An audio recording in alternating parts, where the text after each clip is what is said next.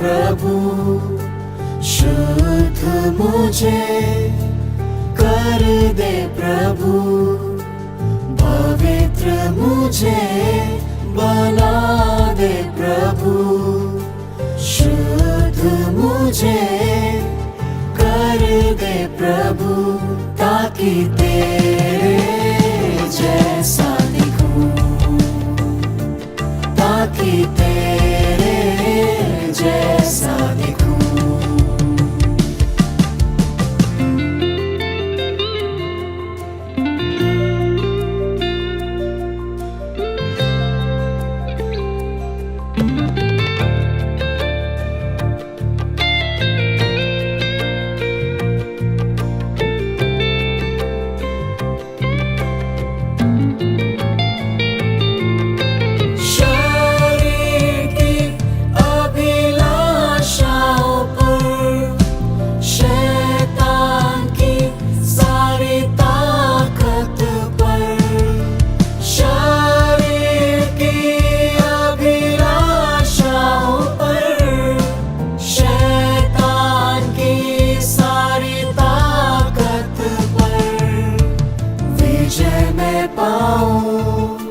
जय मैं पाऊं, विजय मैं पाऊं, जय मैं पाऊं, ताकि तेरे जैसा दिखूं, ताकि तेरे जैसा दिखूं।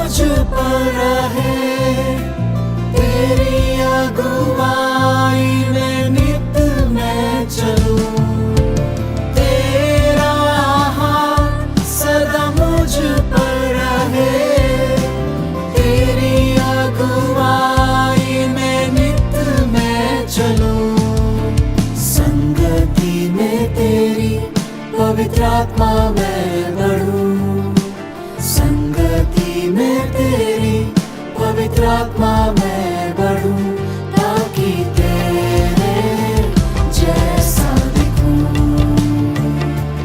ताकि तेरे जैसा दिखूं, ताकि तेरे जैसा दिखूं।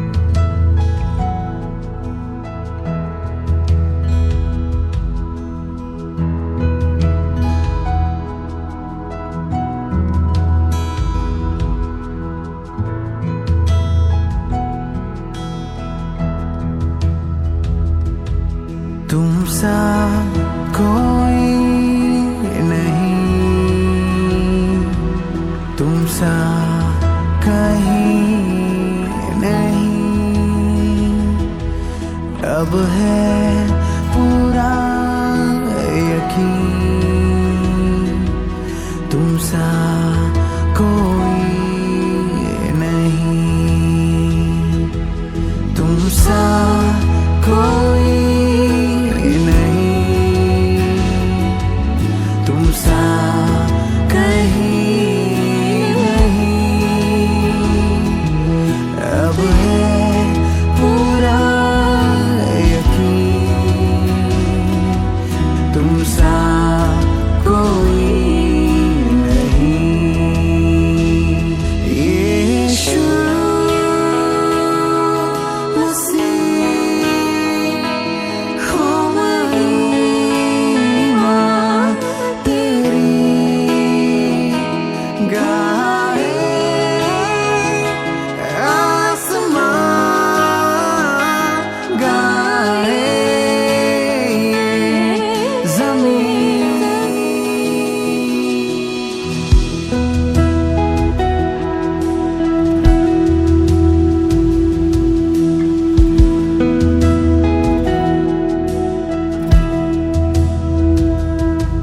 तुम सा कोई नहीं,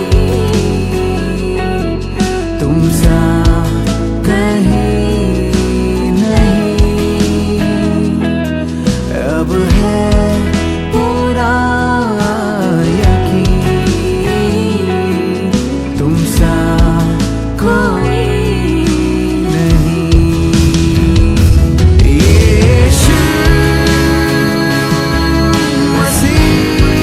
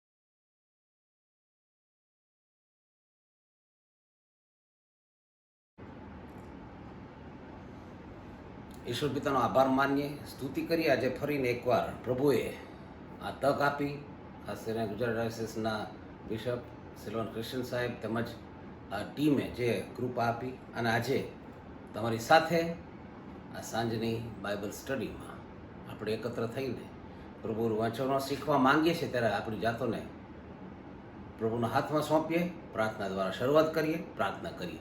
પવિત્ર અને પ્રેમાળ ઈશ્વર પિતા, અમે તમારો આભાર માનીએ છીએ, કારણ કે તમે અમારા અદ્ભુત ઈશ્વર છો, પરાક્રમી દેવ છો, ગૌરવી રાજા છો અને અમારા સર્વસ્વ છો. માટે અમે તમારો આભાર માનીએ છીએ. આ પિતા, અત્યારે તમારા કૃપાસન પાસે નમીએ છીએ, ત્યારે માંગીએ છીએ પિતા, અત્યારની આ બાઇબલ સ્ટડીને પ્રભુ તમે આશીર્વાદિત કરો.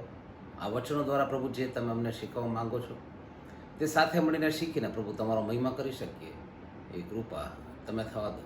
સર્વ માન મહિમા ગૌરવ તમને આપતા પ્રભુ ઈસુના નામમાં, આમેન.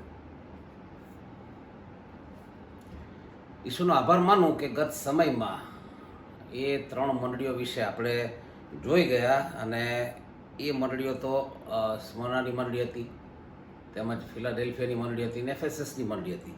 અને આજે આપણે જે મંડળી વિશે શીખવા માંગીએ છીએ તે તો થિયાતીરાની મંડળી, કે જે 7 મંડળીઓ વિશે યોહાનને જે પ્રભુએ સંદર્શન આપ્યું અને તેણે એ મંડળીઓ વિશે લખ્યું, તેમાં થુઆતીરાની મંડળીની વાત આપણે આજે શીખવા માંગીએ છીએ. અને માટે આપણે પ્રકટીકરણનો 2 અધ્યાય તેની 18 થી 29 કલમ સુધી વાંચીએ તથા સાંભળીએ. પ્રકટીકરણ 2 અધ્યાય 18 થી 29. થુઆતીરામાંની મંડળીના દૂતને લખ કે દેવનો પુત્ર, જેની આંખો અગ્નિની જ્વાળા જેવી છે અને જેના પગ ચળકતા પિત્તરના જેવા છે, તે આ વાતો કહે છે. તારા કામ, તારો પ્રેમ, તારી સેવા, તારો વિશ્વાસ તથા તારી ધીરજ હું જાણું છું, અને તારા છેલ્લા કામ પહેલાંના કરતાં અધિક છે એ પણ હું જાણું છું. તો પણ મારે તારી વિરુદ્ધ આટલું છે કે ઇઝેબેલ, જે પોતાને પ્રબોધિકા કહેવડાવે છે, તે સ્ત્રીને તું સહન કરે છે. તે મારા સેવકોને વ્યભિચાર કરવાને તથા મૂર્તિઓના નૈવેદ્ય ખાવાને શીખવે છે અને ભમાવે છે. તે પસ્તાવ કરે માટે મેં તેને અવકાશ આપ્યો, પણ તે પોતાના વ્યભિચારનો પસ્તાવ કરવા ચાહતી નહોતી. જુઓ, હું તેને ખાટલે પાડું છું, અને તેની સાથે જેઓ વ્યભિચાર કરે છે તેઓ જો પોતાના કામનો પસ્તાવ ન કરે તો તેઓને હું મોટી વિપત્તિમાં નાખું છું. મરકીથી હું તેના છોકરાનો સંહાર કરીશ, અને સર્વ મંડળીઓ જાણશે કે મન તથા અંતઃકરણ પારખનાર હું છું, અને તમે દરેકને હું તમારા કામ પ્રમાણે બદલો આપીશ. પણ તમે થુઆતીરામાંના બાકીના જેટલા તે બોધ માનતા નથી, જેઓ શૈતાનના ઊંડા મર્મો, જેમ તેઓ કહે છે તેમ જાણતા નથી, તે તમને હું આ કહું છું કે તમારા પર હું બીજો ભાર નાખતો નથી. તો પણ તમારી પાસે જે છે તેને હું આવું ત્યાં સુધી વળગી રહો. જે જીતે છે અને અંત સુધી મારા કામ જાળી રાખે છે, તેને હું વિદેશીઓ પર અધિકાર આપીશ. તે લોઢાના દંડથી તેઓના પર અધિકાર ચલાવશે, અને કુંભારના વાસણની પેઠે તેઓના કકડા થઈ જશે. હું પણ મારા પિતા પાસેથી એમ જ અધિકાર પામ્યો છું. વળી હું તને પ્રભાતનો તારો આપીશ. આત્મા મંડળીઓને જે કહે છે તે જેને કાન છે તે સાંભળે. પ્રભુ આ વચનો દ્વારા આપણને આશીર્વાદિત કરે. આજના આપણા આ જમાનામાં આપણે દરેક બાબતોનું સમાધાન શોધીએ છીએ. દરેક બાબતોમાં સમાધાન સાથે આપણે આગળ વધીએ છીએ, અને સમાધાન જાણે કે આપણો બીજો પર્યાય થઈ ગયો હોય એવી હાલની આપણી પરિસ્થિતિ છે. આ થુઆતીરાની મંડળી એ પણ એક સમાધાનકારી અથવા તો છૂટ આપનારી એવી મંડળી છે, જે મંડળી વિશે આપણે હવે પછી જોવા માંગીએ છીએ. આ સમાધાન એ જગતિક બાબતો સાથે એ મંડળીનું સમાધાન છે, અને એ સમાધાનકારી જગત સાથે જ્યારે સમાધાન થાય છે ત્યારે એ જગતની બાબતો મંડળીમાં પ્રવેશે છે, અને દુનિયાવી બાબતો દ્વારા એ મંડળી ભ્રષ્ટ થાય છે, અને મંડળી એ શૈતાનના કાર્યમાં આગળ વધતી જાય છે. અને માટે દુનિયાવી બાબતો મેળવી શકીએ, સત્તા મેળવી શકીએ, આનંદ પ્રમોદ મેળવી શકીએ, માટે આપણે ઘણી બાબતો માટે સમાધાન કરીએ છીએ. લોકપ્રિય અથવા તો સ્વીકાર્ય થવાના માટે આપણે ઘણીવાર સમાધાન કરીએ છીએ. મારે આની જોડે બનતું નથી, પણ એ હવે ઊંચા હોદ્દા ઉપર છે, માટે મારે એની સાથે રાખવું પડશે, સમાધાન રાખવું પડશે. એવી રીતે સમાધાન કરીએ છીએ. ઘણીવાર સુરક્ષિત નોકરીના માટે આ પરિસ્થિતિ છે, કાંઈ વાંધો નહીં, હું એ કરી લઈશ, પણ મને સલામત નોકરી જોઈએ છે.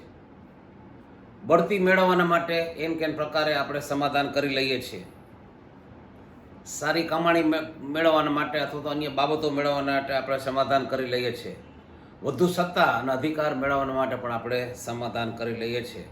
અને આમાં લિસ્ટ બહુ જ લાંબુ થતું જાય છે. પણ અહીંયા સ્પષ્ટ છે કે આ જે સમાધાન કરનારી મંડળી એ બાબત થુઆતીરાની મંડળીમાં હતી, અને માટે આ સમાધાન અને છૂટ દ્વારા એ મંડળી ધીરે ધીરે આત્મિક રીતે ભ્રષ્ટ થતી ગઈ. તેઓ પોતાની અંગત ઈચ્છાઓના માટે સમાધાન કરવા લાગ્યા અને એ જગતનું વલણ અપનાવવા લાગ્યા. આ મંડળીઓને જ્યારે પત્ર લખવામાં આવે છે ત્યારે પત્ર આપણે સહેલાઈથી સમજી શકીએ, માટે એના વિભાગ પાડી દઈએ તો આપણને વધુ સારી રીતે તેની સમજણ મળે. અને માટે પહેલી બાબત આપણે જોઈએ તો આ કોને માટે સંદેશ લખવામાં આવ્યો છે, તો 18મી કલમમાં આપણે જોઈએ છે, થુઆતીરાની મંડળીના દૂતને લખ. થુઆતીરામાંની મંડળીના દૂતને લખ. આ દૂત એટલે મંડળીના આગેવાન, મંડળીના પાળક, મંડળીના જે કરતા હરતા છે તેના વિશે, વડીલ વિશે એ બાબત લખવામાં આવી છે. આ મંડળીના દૂતે દુનિયા અથવા તો જગત સાથે સમાધાન કરનારી મંડળીને સત્ય જણાવવાનું છે. એ સત્ય એ પ્રભુ ઈસુ પોતે, પ્રભુ ઈસુ ખ્રિસ્ત, કારણ કે પ્રભુ ઈસુ કહે છે માર્ગ, સત્ય તથા જીવન હું છું. એ સત્ય પ્રભુ ઈસુ ખ્રિસ્ત પોતે એ મંડળીને જણાવવાનું છે. અને આ જે 7 મંડળીઓ વિશે જણાવવામાં આવ્યું તેમાં આ થુઆતીરાની મંડળી એ સૌથી નાનામાં નાની મંડળી હતી. પણ તમે જુઓ એ પ્રકટીકરણનો એ 2 અધ્યાય ને ત્યારથી 3જા અધ્યાયની જે વાતોમાં જે 7 મંડળીની બાબતો, 7 મંડળી વિશે લખવામાં આવ્યું છે, તેમાં સૌથી નાનામાં નાની મંડળી છે, પણ કદાચ સૌથી વધારે તેના માટે લખવામાં આવ્યું છે. આપણે જોઈએ તો 18 થી 29 એટલે કે 11 કલમ એના માટે ફાળવવામાં આવી છે. બાકી બીજી બધી મંડળીઓ જુઓ તો 5, 6, 4 કલમો એવી કલમો તેના માટે લખવામાં આવી છે. પણ આ થુઆતીરાની સમાધાનકારી મંડળીને માટે એ 11 કલમો તેના માટે લખવામાં આવી છે. અને આ સમાધાન એ દુનિયા સાથેનું સમાધાન હતું, ને માટે પ્રભુ ઈસુને સમાધાન ગમતું નથી. અને પ્રભુ ઈસુ કોઈ પણ રીતે જગત સાથેનું સમાધાન એ સ્વીકારી શકતા નથી. રોમનોના પત્રમાં લખ્યું છે, તમે જગતનું રૂપ ન ધરો. જગતમાં આપણે રહેવાનું છે, પણ જગતનું રૂપ ધરવાનું નથી, જગત સાથે સમાધાન કરવાનું નથી. પણ આ મંડળી જગતની સાથે સમાધાન કરનારી મંડળી હતી, માટે પ્રભુ ઈસુ એ સમાધાનને સાંખી શકતા નથી. અને માટે આ 11 કલમમાં પ્રભુ જુદી જુદી બાબતો દ્વારા એ થુઆતીરાની મંડળીને એ બાબતો લખે છે. થુઆતીરાનો જો ઇતિહાસ આપણે જોઈએ તો એ મંડળી એ થુઆતીરા જે શહેર છે એ એક સરહદી ગામ હતું. અને આ 7 જણાના શહેરમાં સૌથી ઓછું મહત્વ ધરાવતી એવું આ ગામ હતું. અને તે પરગામ અને સાર્દિસ જતા વચ્ચે જે ખીણનો પ્રદેશ આવે છે ત્યાં આ વસેલું હતું. તેની આજુબાજુમાં કોઈ સુરક્ષા દિવાલો કે કોઈ એવું બાબત નથી. માત્ર ઇંગ્લિશમાં જેને વલ્નરેબલ કહેવાય, જેની પર હુમલો કરી શકાય, જેને પકડમાં લઈ શકાય, જેને હડપ કરી શકાય, એવું આ શહેર હતું. અને એ શહેરને કોઈ સુરક્ષાત્મક દિવાલો કે એવી કોઈ બાબત હતી નહીં. માટે દુશ્મનનું આક્રમણ પણ બહુ સહેલાઈથી ત્યાં થઈ શકે એવું આ શહેર હતું. અને બીજી બાબત છે કે થુઆતીરા પોતાના વેપારી સંઘને માટે પ્રખ્યાત હતું. આ સંઘો માટે 2 મહત્વની બાબત હતી કે વ્યાપાર કરો અને સામાજિક સંબંધો વિકસાવો, વધારો. આ શહેરના બે મુખ્ય ઉદ્યોગો હતા, એક તો રંગકામ અને બીજું ઊનનું ઉત્પાદન. આમ આ ઉત્પાદનને લીધે શહેરમાંથી પસાર થતા મુખ્ય માર્ગ પર દુનિયાભરથી વેપારીઓ આવતા હતા અને તેમનું મુખ્ય જે બાબત હતી એ તેનું કેન્દ્ર તે વેપાર અને વેપારી સંઘ હતું. અને આવી સામાજિક બાબતો બને ત્યારે જગત બાબતો પણ બને છે સાથે સાથે. એ મદ્યપાન, એ અનૈતિક બાબતો, એવી બધી બાબતો ત્યાં બને છે. અને આ મંડળી ઇઝેબેલના લલચાવનારા, લોભાવનારા શિક્ષણથી આકર્ષિત થતી હતી. માટે એવું માનતી હતી કે આપણે આ જાહેર મેળાવડામાં જવાય, આ સામાજિક બાબતો અને રીતિ રિવાજો આપણે પળાય, આમ કરાય, જેથી કરીને સમાજમાં આપણો માન મોભો વધે. પણ એ કરવાથી પ્રભુ સાથેનો જે પવિત્ર સંબંધ છે એ તૂટી જાય છે અને એ સંબંધ બહાર કેળવવા જાય છે, પણ એ પ્રભુની સાથેનો સંબંધ એ તૂટી જાય છે. એ હોરિઝોન્ટલ સંબંધ બાંધવા જાય છે, પણ વર્ટિકલ સંબંધ એ ઈશ્વર સાથેનો એ તૂટી જાય છે. અને માટે આવી લોભાવનારી, આવી જગીક બાબતો તરફ આકર્ષાઈને એ ઈશ્વરને, પ્રભુ ઈસુને છોડી દેનારી આ મંડળી બની જાય છે. આ થુઆતીરાનું આપણે જો પ્રેરિતોના કૃત્ય તેનો 16મો અધ્યાય 16 થી 40મી કલમમાં આપણે જોઈએ તો ત્યાં લુદિયા નામની જાંબુડિયા વસ્ત્ર વેચનારી સ્ત્રી, એના વિશે પણ ત્યાં આપણે જોઈ શકીએ છીએ. આમ થુઆતીરા એ વ્યાપારિક મથક હતું અને જ્યારે દુનિયાભરના આજુબાજુના લોકો વ્યાપાર કરવા આવે ત્યારે એની દરેક બદીઓ સાથે લેતા આવે, એના રિચ્યુઅલ્સ, એ દરેક બાબતો સાથે લઈને આવે. અને એમ આ શહેર અને આ મંડળી ધીરે ધીરે ભ્રષ્ટ થતી ગઈ. આ સંદેશો કોણ આપે છે? આ સંદેશો આ મંડળીને પ્રભુ ઈસુ આપે છે. કારણ કે પેલી બાબત આપણે જોઈએ તો પ્રભુ ઈસુ પોતાને દેવના પુત્ર તરીકે ઓળખાવે છે. આ મંડળી એટલી ભ્રષ્ટ થઈ ગઈ હતી, એટલી બધી સમાધાનકારી થઈ ગઈ હતી કે પ્રભુ ઈસુએ પોતાને દેવના પુત્ર તરીકે ત્યાં સંબોધવું પડ્યું, કારણ કે તેઓ બીજા દેવને માનવા લાગ્યા હતા. અને એમ જે પ્રભુ ઈસુને માન અને સ્થાન આપવું જોઈએ એ બીજી બાબતોએ માન અને સ્થાન લઈ લીધું. મારા અને તમારા જીવન માટે આજે હું જ્યાં કહી છું, તમે જ્યાં કહી છો, જે કહી છો, એ પ્રભુ ઈસુને લીધે જ છે. અને જ્યારે આપણે એ વ્યક્તિ તરીકે એ જગતની બાબતોને પ્રાધાન્ય આપીએ છીએ અને પ્રભુ ઈસુને મૂકી દઈએ છીએ, ત્યારે પ્રભુ ઈસુ મને તમને કહે છે કે દેવના પુત્ર તરીકે, જે હું લખે છે કે દેવનો પુત્ર, એ દેવના પુત્ર તરીકે પ્રભુ ઈસુ મને તમને બાબત જણાવે છે. અને એ પ્રભુ ઈસુ એ દેવના દીકરા તરીકે એ મને તમને કહે છે કે મારે ને તમારા પ્રભુ ઈસુનો વિશ્વાસ કરવાનો છે, પ્રભુ ઈસુને અનુસરવાના છે અને પ્રભુ ઈસુને પ્રેમ કરવાનો છે. પણ આ થુઆતીરાની મંડળી એ બીજી બાબતો તરફ જતી રહી અને એમ કરીને તેણે પોતાનું જીવન ભ્રષ્ટ કરી નાખ્યું. કોઈ પણ વ્યક્તિ, દાખલા તરીકે વિશ્વાસી વ્યક્તિ, એ જગત સાથે સમાધાન કરી શકે જ નહીં, એ જગીક બાબતો તરફ લક્ષ્ય રાખી શકે જ નહીં.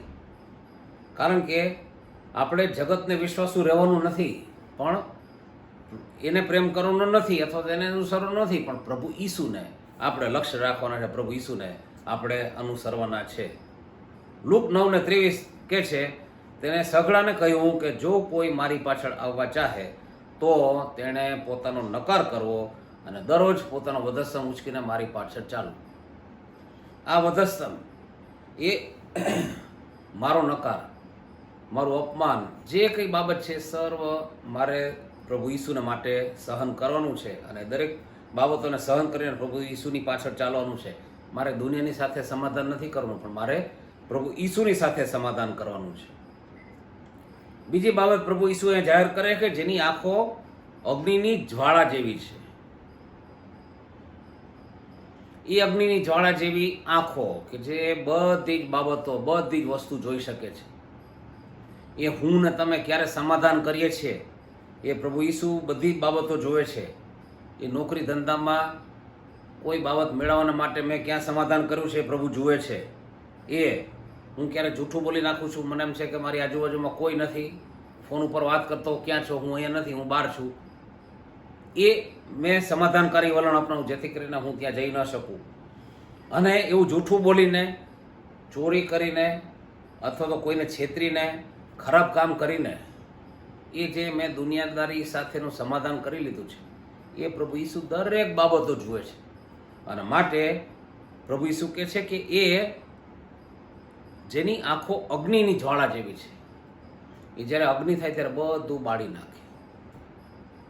પ્રભુ ઈસુ આ મારીને તમારી આ બધી જ બાબતો જુએ છે.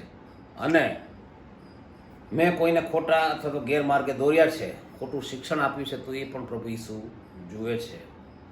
અને માટે પ્રભુ ઈસુ 23મી કલમમાં કહે છે તમને દરેકને હું તમારા કામ પ્રમાણે બદલો આપીશ. ત્રીજી બાબત પ્રભુ ઈસુ અહીંયા કહે છે કે જેના પગ ચળકતા પિત્તરના જેવા છે તે આ વાત લખે છે. પ્રભુ ઈસુ દરેક પ્રકારના સમાધાન અને લલચાવનારા શિક્ષણને પોતાના પગ તળે દાબી દેનાર એવા ઈશ્વર છે. તેઓ જૂઠા શિક્ષકોને પણ પોતાના પગ તળે દાબી દેવાના છે, કારણ કે પ્રભુ ઈસુએ પોતે સાચું શિક્ષણ આપ્યું છે અને તે એકલા જ ઈશ્વર પિતાના આધિકારિક પ્રવક્તા છે, સંદેશવાહક છે. પણ અહીંયા ઇઝેબેલ જેની વાત કરવામાં આવી છે એ પોતાની જાતને પ્રબોધિકા કહેવડાવે છે અને જાણે કે એ જ આધિકારિક હોય એમાં મંડળીએ તેને સ્વીકારી લીધી છે. અને હવે એ જે બાબત કહે છે તે પ્રમાણે આ મંડળી કરતી જાય છે. અને એનું જે શિક્ષણ છે એ ખોટું શિક્ષણ છે. એ શિક્ષણ એ આ મંડળી તેમાં આગળ વધતી જાય છે. ત્રીજી બાબત આપણે જોઈએ તો આ મંડળી આ સંદેશ પાડવાથી કઈ બાબતો અથવા તો કોની પ્રશંસા થાય છે. 19મી કલમ આપણે જોઈએ તો તેની અંદર લખ્યું છે કે તારા કામ, તારો પ્રેમ, તારી સેવા, તારો વિશ્વાસ, તારી ધીરજ હું જાણું છું, અને તારા છેલ્લા કામ પહેલાંના કરતાં અધિક છે એ પણ હું જાણું છું. આ વિશ્વાસીની સેવાઓની વાત કરવામાં આવી છે અહીંયા કે તેના કામો, પ્રેમ, સેવા, વિશ્વાસ અને ધીરજ તે પ્રભુ ઈસુ જાણતા હતા. જો મારામાં પ્રેમ અને વિશ્વાસ છે અને હું એવા કામ કરું છું તો બીજા પ્રત્યે પ્રેમ હું ધરાવું છું, બીજા પ્રત્યે મારો વિશ્વાસ છે. સેવા અને ધીરજ જો હું રાખું છું તો મારી બીજા પ્રત્યેની પ્રતિબદ્ધતા છે અથવા તો એ સેવાની લાગણી મારામાં છે, જેથી કરીને હું એ સેવા કરું છું. છેલ્લાના કામ પહેલાં કરતાં ઘણા છે.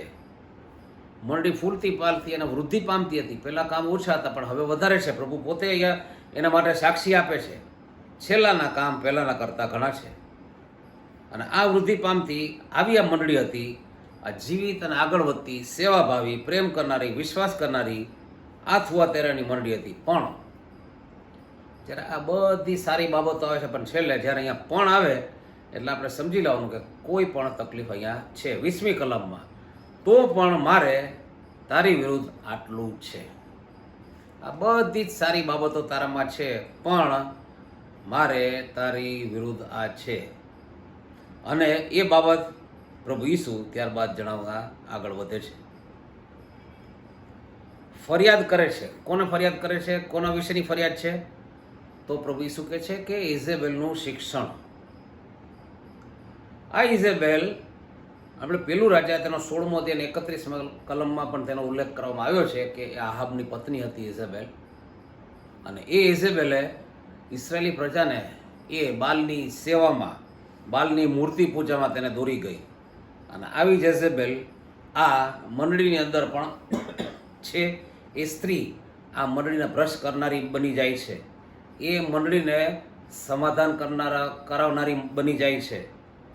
અને એ જૂઠા પ્રબોધકોમાંની એક આ એઝેબેલ, એના વિશેની વાત કરવામાં આવી છે. પ્રભુ કહે છે કે તે જૂઠા પ્રબોધકોના મંડળીમાં બોધ સહન કર્યો છે.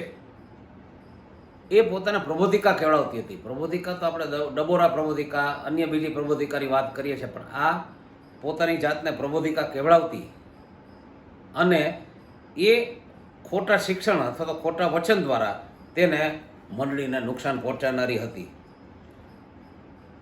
અને એ દાવો કરે છે કે પ્રભુએ મને પસંદ કરી છે અને જેથી એ પ્રબોધ કરી શકે છે, પણ એ જૂઠી હતી.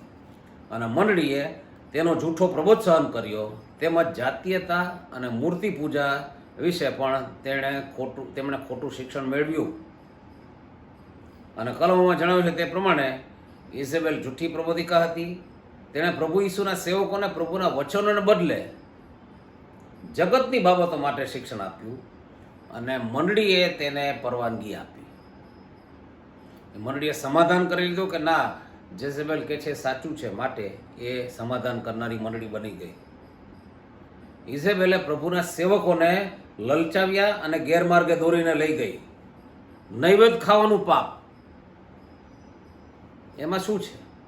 એમાં કંઈ ફેર પડતો નથી. અત્યારે નવરાત્રિ ચાલી રહી છે, ઘણા સોસાયટીમાં કે એમાં એ પ્રસાદી વેચવાની કેવી બાબત હોય, અને જ્યારે આપણા ઘરે આવે કે આ પ્રસાદી છે તો ઘણા લોકો લઈ પણ લે છે કે પછી ફેંકી દઈશું.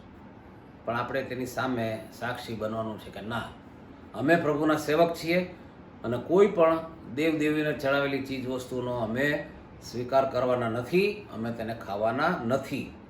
અને એમ ઇઝેબેલે એ નૈવેદ્ય ખાવાનું એ બાબત સમાધાન કરાવી લીધું અને મંડળીને પણ એ બાબતને માટે પરવાનગી આપી. ઇઝેબેલે પ્રભુના સેવકોને લલચાવ્યા, તેઓને વ્યભિચાર કરવા માટે પણ લલચાવ્યા અને તેનાથી થતી અનીતિના માટે કાર્ય કર્યું. અને આ બધું મંડળીમાં થયું. મિત્રો, આ બહુ શરમજનક બાબત છે, પણ છતાં ઘણી મંડળી અત્યારે આ બાબતે વિચારવાની જરૂર છે. અને આવા કપટી શિક્ષણ દ્વારા આ મંડળી બરબાદ થઈ, એટલું જ નહીં પણ ત્યાર પછીની ઘણી મંડળીઓ એના પગલે ચાલતા એ બરબાદ થતી ગઈ. અને કદાચ આજે ઘણી એવી મંડળી પૃથ્વી પર અસ્તિત્વ ધરાવતી હશે કે કદાચ એ આ ઇઝેબેલના પ્રબોધને વળગી રહેનારી એવી મંડળીઓ હશે. અને એનું શિક્ષણ એ હતું કે વિશ્વાસી વ્યક્તિ પોતાને જગતથી અલગ કરી શકે નહીં. વિશ્વાસી વ્યક્તિ પોતાને જગતથી અલગ કરી શકે નહીં. પણ પ્રભુનું વચન કહે છે કે તમે જગતમાં છો, પણ તમારે જગતનું રૂપ ધરવાનું નથી. પણ આ ખોટું શિક્ષણ આપીને એમ કહે છે કે વિશ્વાસી વ્યક્તિ પોતાને જગતથી અલગ કરી શકે નહીં. તેણે જગતના મેળાવડાઓમાં નિસંકોચ જવાને માટે, ભાગ લેવાને માટે લોકોને પ્રોત્સાહિત કર્યા કે ના ના, એમાં તો જવાય. અત્યારે નવરાત્રિ ચાલી રહી છે, આપણા ખ્રિસ્તી બાળકો કદાચ વગાડવાને માટે, ગાવાને માટે જતા હશે. કદાચ મા બાપ એમને રોકી પણ શકતા નહીં હોય અને સમાધાન કરી લીધું છે કે કોઈ કાંઈ વાંધો નહીં, 10 દિવસની જ વાત છે ને. પણ આ સમાધાન એ જગતની સાથેનું સમાધાન છે અને મેળવડાઓમાં નિસંકોચ ભાગ લેવો જોઈએ એવું એ શિક્ષણ આપતી હતી. અને જો કોઈ વ્યક્તિ દેવની સ્તુતિ કરતો હોય તો દેવને પસંદ જ હોય, પછી તે ભલેને પ્રભુ વિશે જાણતો ન હોય, કારણ કે પ્રભુ ઈસુ એકલા જ દેવ નથી, એવું શિક્ષણ એનું હતું. જો હું પ્રભુ ઈસુ સિવાયની કોઈની સ્તુતિ કરું છું તો મારે વિચારવાનું છે. પણ આ જગીક ધોરણ, જગત સાથેનું સમાધાન, એવું એનું આ શિક્ષણ હતું. અને આમ એ સમયની વિચારધારાના અનુસંધાને એ મંડળી લોકોને સમાધાનકારી વલણ અપનાવવા મજબૂર કરતું હતું. અને માટે એ મંડળીમાં એ સમયની ઘણી બધી બદીઓ સામેલ થવા લાગી. ઇઝેબેલનું શિક્ષણ મંડળીને મૂર્તિ પૂજા તરફ લઈ ગયું. જેમ આપણે જોયું કે વ્યાપારી સંઘો ઘણા સમારંભો રાખતા હતા, તેઓના દેવદેવીઓને લઈને આવતા હતા, કારણ કે એ આખો જ્યારે રસાલો જાય ત્યારે એની સાથે પોતાના દેવદેવીઓને પણ લઈને જતા હોય અને ત્યાં મંદિરોમાં સ્થાપના કરે, એવું કરે. અને એ મૂર્તિ પૂજા જે આપણા માટે તો બહુ જ ભયંકર બાબત છે, પણ એ મૂર્તિને એ નૈવેદ્ય ધરાવવાની, પ્રસાદ રૂપે આપવાની, એવી બાબતોમાં એ સમયના ઘણા લોકો ફસાયા. અને આમ એ સમયના ઘણા વિશ્વાસી લોકો પણ એ મૂર્તિ પૂજાના પાપમાં પડતા ગયા. આ મૂર્તિ પૂજા એટલે પ્રભુ ઈસુ કરતાં કોઈ પણ બાબતને પ્રથમ સ્થાન આપવું એ મૂર્તિ પૂજા જ હોઈ શકે. જો હું મારી નોકરીના ધંધાને વ્યવસાયને પ્રથમ સ્થાન આપું છું તો મારા માટે મૂર્તિ પૂજા જ છે. જો હું મારા કુટુંબને અથવા તો મને મળેલી સત્તા અધિકારને અથવા તો જ્ઞાનને હું વધારે મહત્ત્વ આપું છું તો એ મારા માટે એ મૂર્તિ પૂજા જ છે. પણ અહીંયા પ્રભુ ઈસુ એક બાબત બહુ અદ્ભુત એવી નોંધવા જેવી બાબત છે. આવી ઇઝેબેલ હતી, આવી ઇઝેબેલ એ મંડળીને ગમાવનારી, મંડળીને સમાધાનકારી વલણ અપનાવવા માટે મજબૂર કરનારી એ ઇઝેબેલને પણ પ્રભુ ચાહતા હતા. અને માટે પ્રભુ ઈસુ શું કહે છે કે ઇઝેબેલને પસ્તાવો કરવાનો સમય આપ્યો. પ્રભુ ઈસુ એ પસ્તાવો કરવાનો સમય પણ આપે છે. 21મી કલમમાં તે પસ્તાવો કરે માટે મેં તેને અવકાશ આપ્યો, પણ તે પોતાના વ્યભિચારનો પસ્તાવો કરવા ચાહતી નથી. પ્રભુ ઈસુ પસ્તાવો કરવાના સમય આપે છે, પણ ઘણીવાર આપણે સમય ચૂકી જઈએ છીએ. ત્યારે પ્રભુ ઈસુ મને અને તમને આ બાબત દ્વારા ચેતવણી આપે છે. કલમ 22 અને 23માં લખવામાં આવ્યું છે, જો હું તેને ખાટલે પાડું છું અને તેની સાથે જેઓ વ્યભિચાર કરે છે તેઓ જો પોતાના કામનો પસ્તાવો ન કરે તો તેઓને હું મોટી વિપત્તિમાં નાખું છું. મરકીથી હું તેના છોકરાનો સંહાર કરીશ અને સર્વ મંડળીઓ જાણશે કે મન તથા અંતઃકરણ પારખનાર હું છું, અને તમારા દરેકને હું તમારા કામ પ્રમાણે બદલો આપીશ. પ્રભુ ઈસુએ ઇઝેબેલને કહ્યું, હું તેને ખાટલે પાડીશ. ખાટલે પાડવું એટલે ખાટલા વશ થઈ જવું. હવે સમય હતો કે જે બહાર જઈને આમથી આમ જતી, વ્યભિચાર કરતી, આ બધું કરતી, પણ હવે એ સમય આવ્યો છે કે પ્રભુ એને ખાટલે પાડી દીધી છે. હવે પોતાના ખાટલામાંથી ઊભી થઈ શકતી નથી. એને ચેપી રોગ લાગુ પડ્યો છે. મદ્યપાન કરવા દ્વારા તેના શરીરમાં ઘણા તેના ઓર્ગન્સ ફંક્શન કરવાનું બંધ કરી દીધું છે, અને માટે હવે એ એવી પરિસ્થિતિની આવી ગઈ છે કે ખાટલા પરથી તે ઊભી થઈ શકતી નથી. અને તેના પાપ પ્રમાણે તેને બદલો મળ્યો છે. તેણે જેવું વાવ્યું એવું જ એને લણવાનું આવ્યું. રોમન 2:5 અને 6માં કહે છે કે તું તો તારા કઠણ તથા પશ્ચાતાપ રહિત અંતઃકરણ પ્રમાણે તારે પોતાને સારું કોપના તથા દેવના યથાર્થ ન્યાયના પ્રગટીકરણના દિવસે થનાર કોપનો સંગ્રહ કરે છે. તે દરેકને પોતાની કરણી પ્રમાણે ફળ આપશે.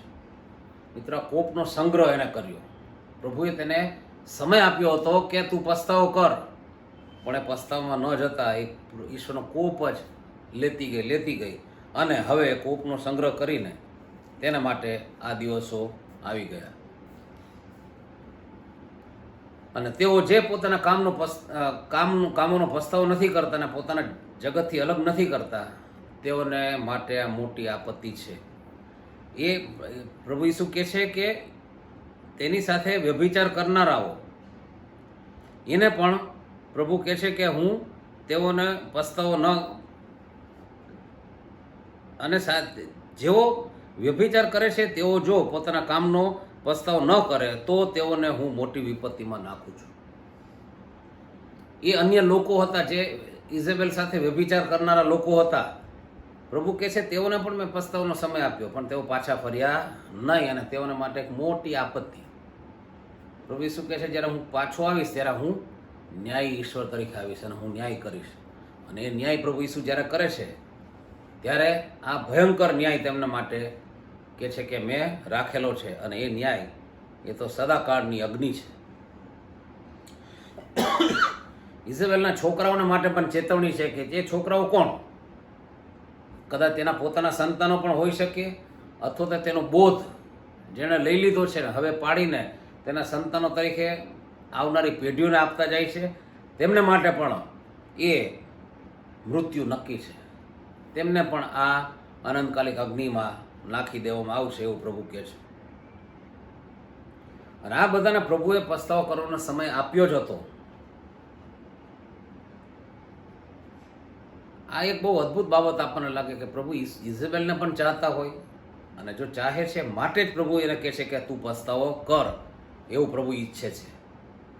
અને જ્યારે પસ્તાવો નથી કરતી ત્યારે તેના માટે આ સજા રાખવામાં આવી છે. આનો મતલબ એમ છે કે જો આપણે પસ્તાવો કરીએ છીએ તો આપણે બચી જઈશું. પ્રેરિતોના કૃત્ય 3:19 કહે છે, માટે તમે પસ્તાવો કરીને ફરો જેથી તમારા પાપ ભૂંસી નાખવામાં આવે. આજે માણસ તરીકે હું ને તમે પાપ કરવાથી પાછા ફરી શકનાર નથી. પાપ તો આપણે કરીએ જ છીએ કોઈ પણ રીતે. પણ પ્રભુ ઈસુએ મારા ને તમારા માટે પસ્તાવાનો છૂટકાનો માર્ગ રાખ્યો છે. એના પસ્તાવો કરીએ છીએ જ્યારે હું ને તમે, ત્યારે આપણા માટે એ પાપ ભૂંસી નાખવાની બાબત અહીંયા લખવામાં આવી છે. અને જ્યારે પ્રભુ ઈસુ ન્યાય કરે છે ત્યારે હંમેશા ન્યાયી ઠરે છે. અને આ જે પ્રભુ ઈસુ ન્યાય કરે છે, ઇઝેબેલનો ન્યાય હોય કે એના સાથેનો વ્યભિચાર કરનારા લોકોનો ન્યાય હોય કે એના સંતાનોનો ન્યાય હોય, પણ એ ન્યાય દ્વારા પ્રભુ ઈસુ પોતાની સર્વોપરિતા બતાડે છે કે હું બધું કરી શકું છું. અને પ્રભુ જ્યારે ન્યાય કરે છે ત્યારે હંમેશા ન્યાયી સાબિત થાય છે જ. આજે આપણે આ પ્રકરણ વાંચ્યું, એમાં કંઈ સલાહ અથવા સૂચન મળે છે તો એ વિશ્વાસીઓના માટેનું સલાહ સૂચન છે. એને વળગી રહેવાનું છે. અહીંયા જે બાબત લખવામાં આવી છે તે કે શૈતાનના મર્મો, એ શૈતાનના મર્મો એ એવી બાબત છે કે જે મને શુદ્ધ જીવન જીવવાનો ઇનકાર કરવો, અથવા તો પાપમય જીવનમાં જેવું, અથવા તો વ્યભિચારમાં જીવન જેવું, એ શૈતાનના ઊંડા મર્મો છે. અને એ ઊંડા મર્મોથી મારે દૂર રહેવાનું છે. અને 24મી કલમમાં કહે છે પણ તમે છુઆ તેરા માની બાકીના જેટલા તે બોધ માનતા નથી. જે ઇઝેબેલનો બોધ માનતા નથી એવા વિશ્વાસી લોકોને માટે પ્રભુ ઈસુ કહે છે કે જેટલા તે બોધ માનતા નથી, જેઓ શૈતાનના ઊંડા મર્મો જેમ તેઓ કહે છે તેમ જાણતા નથી, તે તમોને હું આ કહું છું. એ વિશ્વાસી લોકોને પ્રભુ ઈસુ આ બાબત જણાવે છે. અને એ જાણતા નથી તેના માટે પણ તેમને જે મળવાનું છે તે તેમને પ્રભુ ઈસુ કહે છે કે હવે હું તમારા ઉપર કોઈ ભાર મૂકવાનો નથી. અહીંયા કહે છે કે હું જાણતો નથી, તે તમોને હું આ કહું છું કે તમારા પર હું બીજો ભાર નાખતો નથી. પ્રભુ ઈસુ મને તમને દરેક જગતના બંધનોમાંથી મુક્ત કરવા માંગે છે, ભાર મુક્ત કરવા માંગે છે. અને માટે પ્રભુ ઈસુ કહે છે કે હું તમારી પર કોઈ ભાર મૂકીશ નહીં, કારણ કે તમે મારા વિશ્વાસુ બાળકો છો, જે આ બોધને ન માનનાર એવા બાળકો છો. અને માટે માથી 11:30 કહે છે કેમ કે મારી જૂસરી સહેલ છે ને મારો બોજો હલકો છે. પ્રભુ ઈસુ એ હલકા બોજા તરફ મને અને તમને લઈ જવા માંગે છે. આપણે દુનિયાના ભારથી લદાયેલા છીએ અને માટે પ્રભુ ઈસુ કહે છે ઓ સગળા ભારથી લદાયેલા તમે મારી પાસે આવો અને હું તમને વિસામો આપીશ. આજે જગત સાથે સમાધાન કરતાં કરતાં, જગતની સાથે ચાલતા હું ને તમે એવા બોજ તળે દબાઈ ગયા છીએ કે હવે પ્રભુ ઈસુ સિવાય મારીને તમારી પાસે કોઈ આશરો નથી. અને માટે પ્રભુ ઈસુની પાસે જ આપણે આવવાનું છે. અને આ સંદેશમાંથી આપણને કંઈ ખાતરીદાયક વચન મળે છે તો 26 થી 29 કલમમાં બહુ જ અદ્ભુત બાબત લખી છે. જે જીતે છે અને અંત સુધી સારા કામ જારી રાખે છે તેને હું વિદેશીઓ પર અધિકાર આપીશ. તે લોઢાના દંડથી તેઓ પર અધિકાર ચલાવશે અને કુંભારના વાસણની પેઠે તેઓના કકડા થઈ જશે. હું પણ મારા પિતા પાસેથી એમ જ અધિકાર પામ્યો છું. વળી હું તેને પ્રભાતનો તારા આપીશ. આત્મા મંડળીઓ જે કહે છે તે જેને કાન છે તે સાંભળે. પ્રભુ ઈસુ કહે છે કે હું તમને વિદેશીઓ પર અધિકાર આપીશ. એ અધિકાર જ્યારે પ્રભુ ઈસુ પાછા આવશે, પ્રભુ ઈસુ રાજાઓના રાજાના પ્રભુના પ્રભુ તરીકે, એ ન્યાય ઈશ્વર તરીકે પાછા આવશે, પ્રભુ ઈસુનું બીજું આગમન થશે, ત્યારે સમય આવશે કે દરેક ઘૂંટણ નમશે, દરેક જીભ કબૂલ કરશે કે પ્રભુ ઈસુ તે ખ્રિસ્ત છે. અને એ વિશ્વાસી સાથે આપણે પણ આપણા વિશ્વાસમાં પ્રભુની સાથે હોઈશું. અને પ્રભુ કહે છે કે હું એ અધિકાર તમને આપીશ, વિદેશીઓ પર અધિકાર આપીશ. અને આપણે જોઈએ ગીતશાસ્ત્ર 2 ને 8 અને 9માં પ્રભુનું વચન જે અહીંયા લખવામાં આવ્યું છે તે અહીંયાથી લેવામાં આવ્યું છે કે તું મારી પાસે માંગ એટલે હું વારસા તરીકે વિદેશીઓને તથા પૃથ્વીની ચારે દિશાનું વતન આપીશ. તું લોઢાના દંડથી તેઓને તોડી પાડશે. તું તેઓને કુંભારના વાસણની જ પેઠે અફાડીને ટુકડા કરશે. આ ગીતશાસ્ત્ર 2 અધ્યાય અને 8 ને 9 કલમ લખવામાં આવી છે. ત્યાં લોઢાનો રાજદંડ, એ લોઢાના દંડ વિશેની વાત કરવામાં આવી છે. એ અહીંયા 27મી કલમમાં કહે છે તે લોઢાના દંડથી તેઓ પર અધિકાર ચલાવશે અને કુંભારના વાસણની પેઠે તેઓને કકડા થઈ જશે. એ પ્રભુ ઈસુ એ ન્યાય ઈશ્વર તરીકે આવશે ત્યારે મને અને તમને ન્યાય કરવા માટે આપશે. કેટલી અદ્ભુત બાબત! એ મારે ને તમારે એ પ્રભુની સાથે અધિકાર ભોગવવાનો છે, એ વિદેશીઓ પર અધિકાર ભોગવવાનો છે. અને માટે પ્રકટીકરણ 3 અને 21માં જે બાબત લખવામાં આવી છે, પ્રકટીકરણ 3 અને 21 કે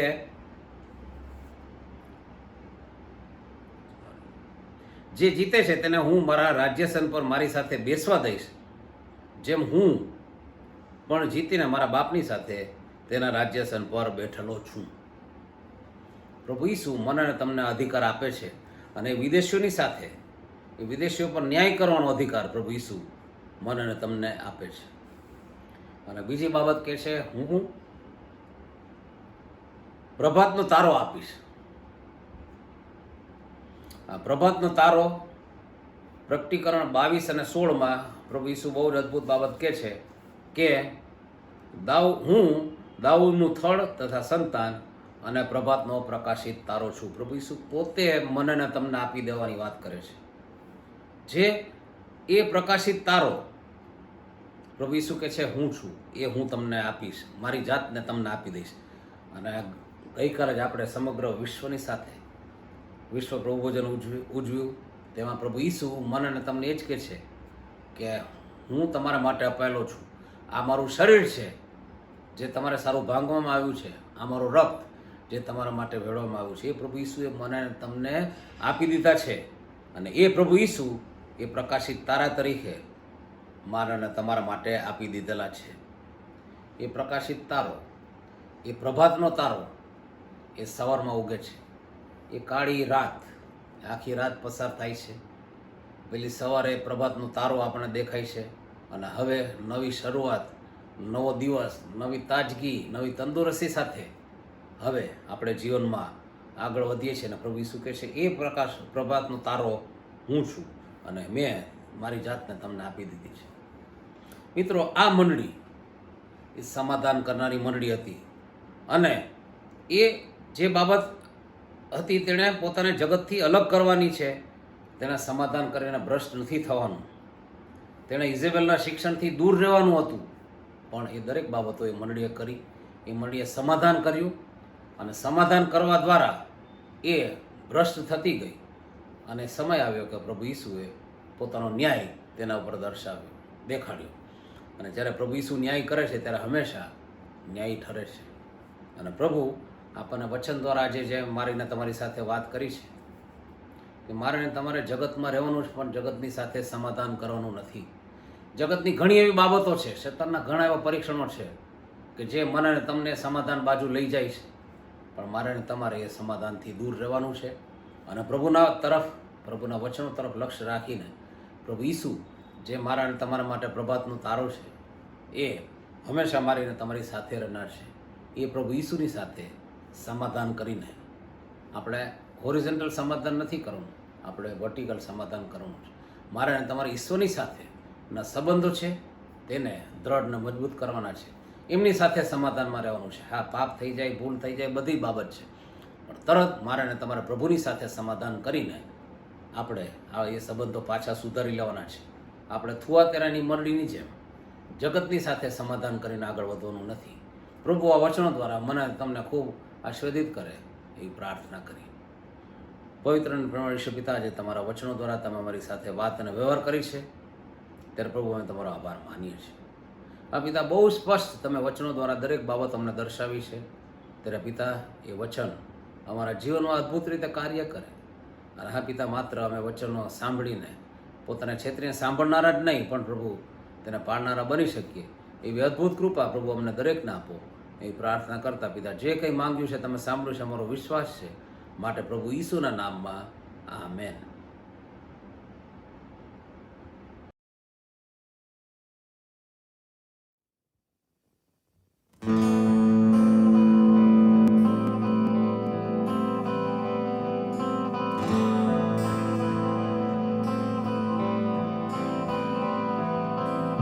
यीशु मेरा राजा, यीशु मेरा आनंद, यीशु मेरा जीवन, यीशु मेरा सब कुछ, यीशु मेरा राजा, यीशु मेरा आनंद, यीशु मेरा जीवन, यीशु मेरा सब कुछ. राजाओं का राजा, प्रभुओं का प्रभु, आदि और अंत ही है. राजाओं का राजा, प्रभुओं का प्रभु, आदि और अंत ही है.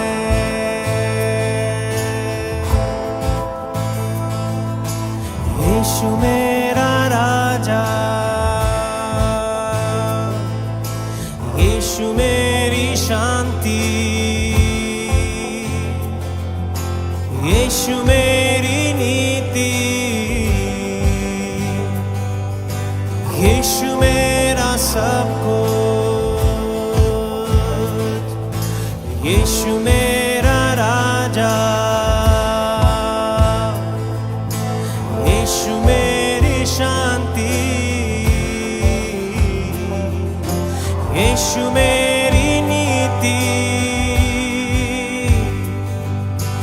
यीशु मेरा सब कुछ. राजा का राजा, प्रभुओं का प्रभु, आदि और अंत तू ही है. राजा का राजा, प्रभुओं का प्रभु, आदि और अंत तू ही है.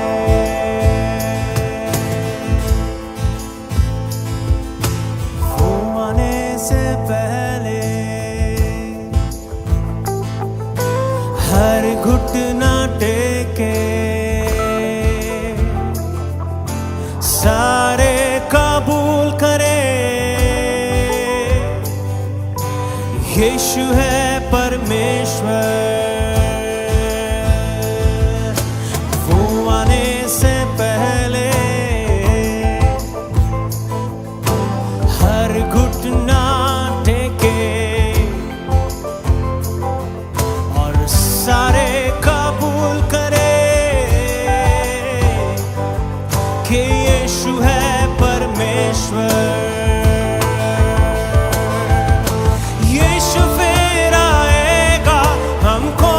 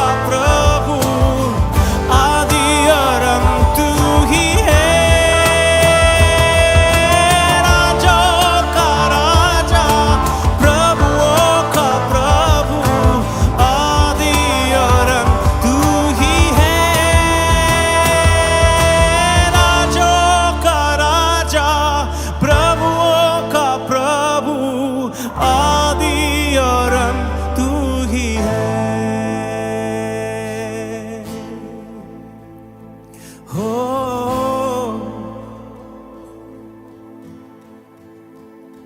हो राजाओं का राजा हो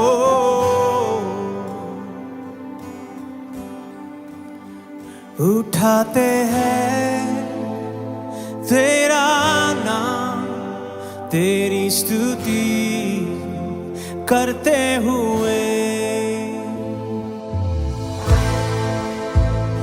उठाते हैं तेरा नाम, तेरी स्तुति करते हुए घुटनों पर हम आकर करते हैं तुझसे प्रार्थना, उठाते हैं तेरा नाम, तेरी स्तुति करते हुए घुटनों पर हम आकर करते हैं तुझसे प्रार्थना, मिलकर हम गाए प्रभु की स्तुति हो, मिलकर हम गाए हालेलुया, ओ हालेलुया, हालेलुया,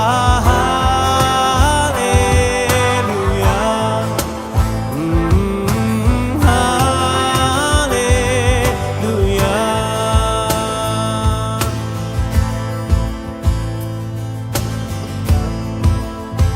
आएगा मेरा यीशु हमें लेने एक दिन, जाएंगे हम